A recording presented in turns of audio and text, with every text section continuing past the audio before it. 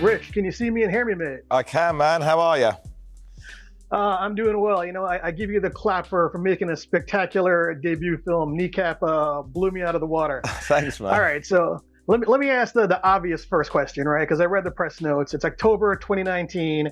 You're seeing Kneecap in Belfast. What was it about these guys that blew your skirt up and made you say, okay, I got to tell these guys' story? Well, it may have been the moment that they started throwing baggies of white powder into the crowd and everyone running around trying to grab it. And I went, oh, that's a bit different. I think growing up, one of my favourite bands was Rage Against the Machine. And I kind of felt like politics had kind of gone out of music a little bit. Everything felt very sort of PR'd and packaged. And to have this band who was so overtly political, so overtly in your face and didn't care about the consequences of what they were going to do was just very refreshing to me. And the music banged, do you know what I mean? I thought I loved their music. And also the fact that there was, 800, maybe 1,000 young people in that crowd rapping back at every word of Irish that they were speaking. And to me, as someone who lived in Belfast, who didn't realise there was even that young, vibrant community of Irish speakers there, I thought, hey, if I don't know this, there must be millions of people around the world who don't know that either.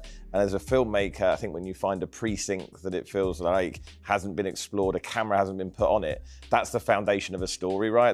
That's a jumping off point. I've been lucky enough to do some set visits in Belfast, even way back in the day. And one of the first things that blew me away is when I saw that big mural of Frederick Douglass, Yeah. And I'm a Black New Yorker and seeing like, wow, Frederick Douglass came here and inspired these people. So, when you first met Kneecap, what was it about like the African-American Black experience that really drove them to be like, you know what, we're going to sing, we're going to rap in our own language?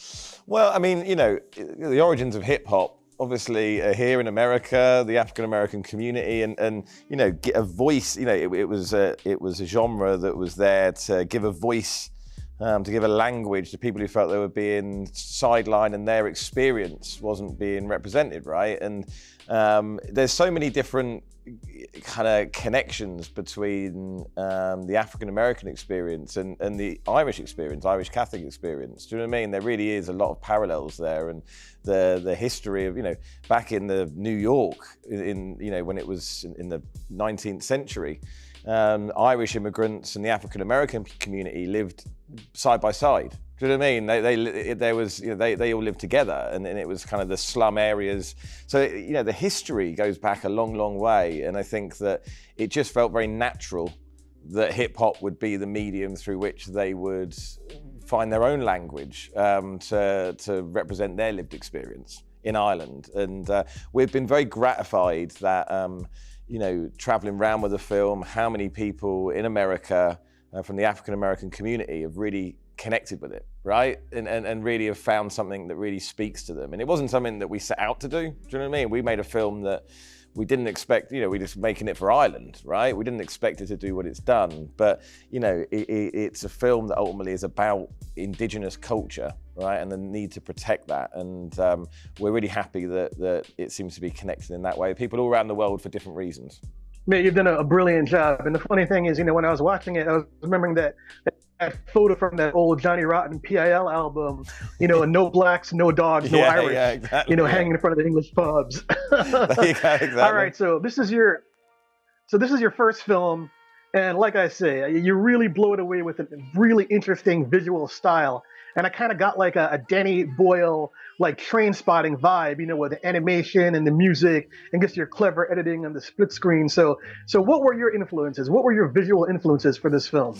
Well, I mean, it's a very interesting process when you're starting with, tone is such an underappreciated thing in film. It's not discussed that often, and finding the tone of what a film's going to be can be really difficult. But with a film like Kneecap, obviously I have a starting point, which is their music, right? And from just listening to their music that if you're going to make a film, it needs to be punky, it needs to be anarchic, it needs to have pace, and it needs to, go hard, right? It just wouldn't work otherwise. And so in a way, that was kind of decided for me. I kind of knew from the bat that was really nice in the sense that you can write the script very much with how visually it's going to be fast cut, it's going to be jumping all around time. you know that early on, and it allows you to really lean into that at a script stage. And you know, there was a lot of honing, but it also, the other thing is, you know, there was over 1,000 storyboards for the film. It was planned meticulously. So, you know, while it feels very anarchic, there's a huge amount of like very boring planning to try and pull off that anarchy on an independent film, tight budget, not enough time, all those sort of things. So every day, you know, you had to walk out there knowing exactly what you wanted to get. And, oh, you know, there's part of it as well, you know, as a filmmaker, it's very hard to get that first shot to make your film, right? And I was like, if I'm gonna get that shot, I'm going to throw everything at it. I'm going to do everything that I want to do. I'm going to, you know, I'm really going to go all out. I'm going to go take the risk. And I don't mind if it's such a risk that it falls flat, it fails. That's okay. I can live with that. But at least I failed on my own terms. And so I'm really happy that, you know, all the risks that we took with some of the visual language seem to have played off.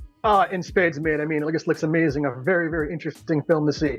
So, you know, I understand, you know, why Kneecap had to play themselves. It's their story. But, you know, sometimes when people see something, they automatically just, you know, put two ideas together and they're like, oh, white guy rappers, you know, are they going to be Eminem in 8 Mile? You know, what do you say to people who say something like that? You know, is that an insult to you?